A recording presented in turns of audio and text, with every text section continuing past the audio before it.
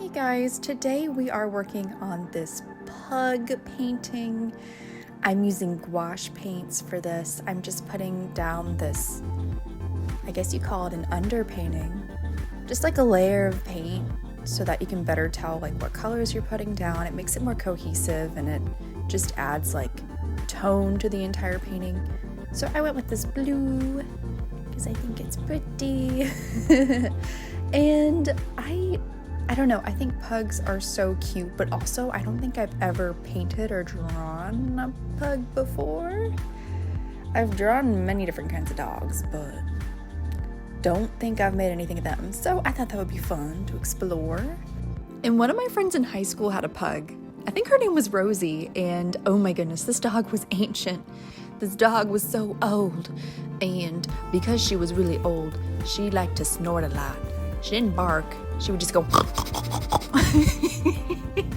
she's kind of like a little piggy dog, but she was so cute. She was the cutest little pug. She was just as happy as can be, happy to see everybody, just a lovely little dog. Now at this point in the painting, I'm mostly just adding flat colors, as you can see, and there is something so intimidating about trying realism or semi-realism with gouache because it's a little scary without the details. And it's kind of like, I don't know, it's kind of like that episode of SpongeBob where SpongeBob's like attending Squidward's art class and he's like chipping at the marble to get the statue. I feel like I'm doing that here with this bug. I'm like chipping away little by little to see if I can make it look more like a pug and a little less scary, a little less ghostly. But I am up for the challenge. I think when I added that black outline to his eyes, it helped a lot, and adding the wrinkles with the colored pencil, I think is gonna make it a little less scary, a little more detailed. So we'll see what happens with that. Now a lot of you probably already know this, but I am definitely a cat person. And whenever I tell people that I'm a cat person, a lot of the time they automatically assume like, oh, so you obviously hate dogs, right? I'm like, no.